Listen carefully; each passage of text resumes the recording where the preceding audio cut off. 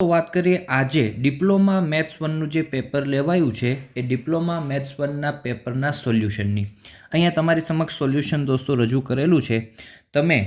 તમે જે પ્રમાણે પરફોર્મન્સ આપેલું છે એક્ઝામની અંદર એ પ્રમાણે ચેક કરતા જજો કે તમારે કેટલા માર્ક્સનું સેટિંગ થાય છે. 23 મિનિમમ આપણને દોસ્તો આવવા જોઈએ તો આપણને ગ્રીન લાઇન મળશે. તો અહીંયા સરસ મજાનું આપણે સોલ્યુશન કરેલું છે, તો એની અંદર તમે છે ક્રોસ ચેક કરી શકો છો. પેપર એકદમ ઇઝી હતું. આરામથી વિદ્યાર્થી મિત્રો એવરેજ મહેનત કરી હોય ને તો પણ પાસ થઈ શકાય એવું હતું. અને આપણા અમૃત ક્લાસીસની અંદર તો આપણે કેટલા બધા ન્યુમેરિકલ્સ એવા છે કે જે આપણે લાઈવ ક્લાસીસની અંદર ઓલરેડી બેઠા સમ કરાવી ચૂક્યા છીએ. એ જ રિપીટ તમને GTU એક્ઝામ પેપરની અંદર પૂછાયા છે. ઇવન ગઈકાલે જે આપણે 270 માર્ક્સનું પેપર લીધું એ પેપરમાંથી એ બેઠા ન્યુમેરિકલ્સ આવ્યા હોય એટલું પણ આપણને કેટલા બધા ન્યુમેરિકલ્સ એ જોવા મળે છે. તો આ બધા ક્વેશ્ચન્સના સોલ્યુશન છે.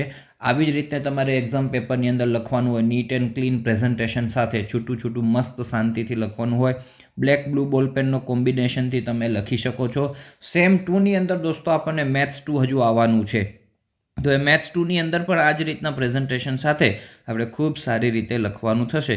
તો એ વસ્તુનું આપણે ખાસ ધ્યાનમાં રાખીએ. આ જો આ બેઠા ન્યુમેરિકલ્સ છે કે જે આપણી નોટ્સની અંદર ઓલરેડી બધા અવેલેબલ છે, લાઈવ ક્લાસીસની અંદર પણ આપણે કરાવેલા છે, તો ખાસ ચેક કરી લેજો તમારું પેપર કેવું ગયું છે. હવે મેથ્સ 2 દોસ્તો આવશે સેમેસ્ટર નંબર 2માં, તો એ મેથ્સ 1 કરતાં થોડુંક હાર્ડ છે.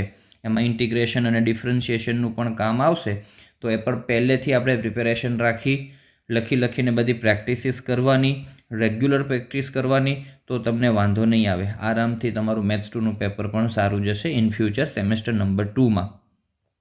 તો આ તમારા મેથ્સ 1ના પેપરનું સોલ્યુશન્સ તમારી સમક્ષ દોસ્તો રજૂ થાય છે.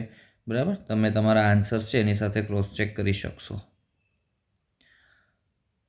ચાલો દોસ્તો, હવે આવતા જે પેપરો છે બધા ઇંગ્લિશનું પેપર છે ને એના પછી જે બધા ઇજીનું પેપર ને જે ફિઝિક્સનું પેપર ને છે, તો એ પેપર તમારા ખૂબ સારા જાય એવી શુભેચ્છાઓ પણ તમને આપીએ છીએ.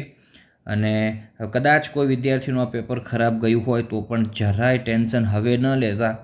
હવે જે નેક્સ્ટ પેપર છે એની પ્રિપેરેશનમાં ફોકસ કરજો, જેથી કરીને નેક્સ્ટ પેપર આપણું છે એ ખૂબ સારી રીતે આપણે એ લખી શકીએ. એ પેપર આપણું ખરાબ ન જાય એનું ધ્યાન રાખવાનું. દરેક પેપરોની અંદર આપણને 1-2-3 દિવસની છુટ્ટી આપવામાં આવેલી છે, તો એ દિવસોનો ખૂબ સારી રીતે ઉપયોગ કરી અને તમારો સિલેબસ કવર કરજો, પ્રિપેરેશન કરજો અને ખૂબ સારી રીતે છે એ તમે એક્ઝામની અંદર પરફોર્મન્સ આપી અને ખૂબ સારા માર્ક્સ મેળવજો. ચલો, આવી શુભેચ્છાઓ સાથે ઓલ ધ બેસ્ટ. મળીશું દોસ્તો આપણે નેક્સ્ટ વિડીયોની અંદર.